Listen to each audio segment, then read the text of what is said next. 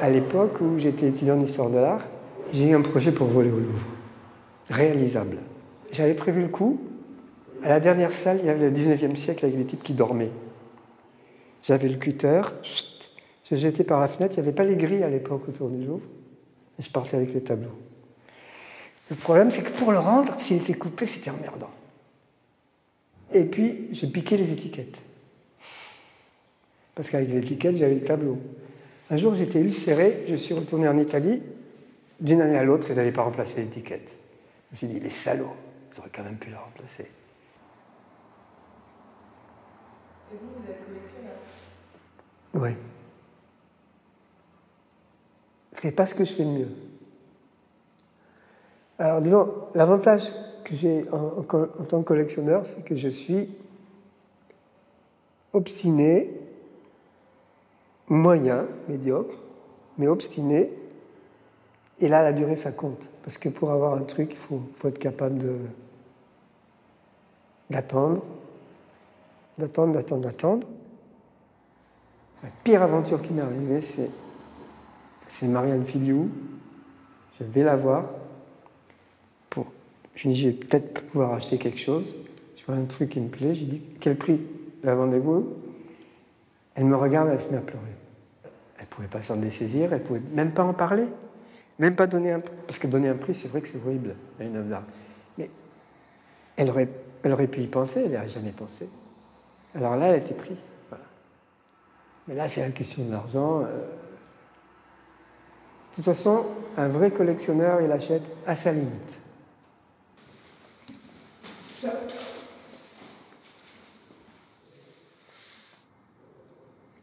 Alors, un collectionneur aussi, c'est protéger les œuvres. Alors ça, c'est contre la lumière, le papier. Acquérir, vendre, stocker, partager. C'est une activité qui a tendance un petit peu à être un peu débordante. La collection, il faut dire qu'elle est démesurée.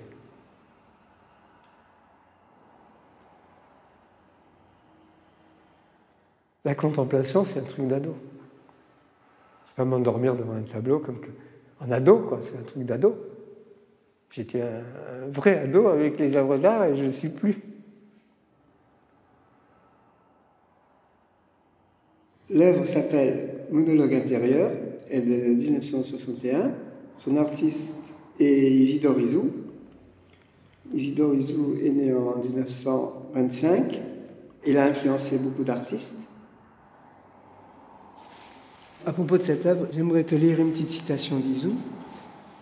Il y a depuis toujours de la littérature dans la peinture et de la peinture dans la littérature, parce que, à l'origine, comme l'ont remarqué les lettristes, les premiers, les deux disciplines étaient confondues dans une seule structure indistincte, le moyen de communication unique, signes, pictogrammes ou hiéroglyphes. Voilà, ça s'applique bien à propos de cette œuvre qui est le monologue intérieur en peinture. Le lettrisme, c'est une réduction de l'œuvre d'art à la lettre. Alors, monologue intérieur, c'est le courant de conscience.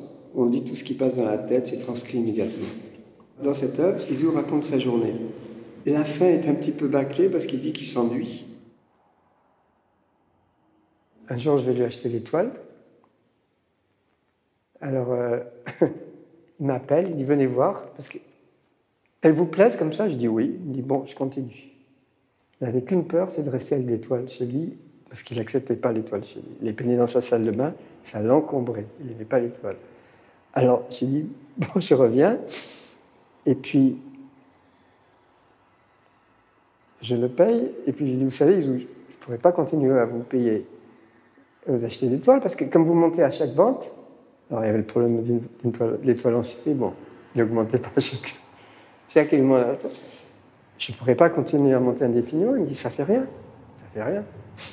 j'en ferai pas ».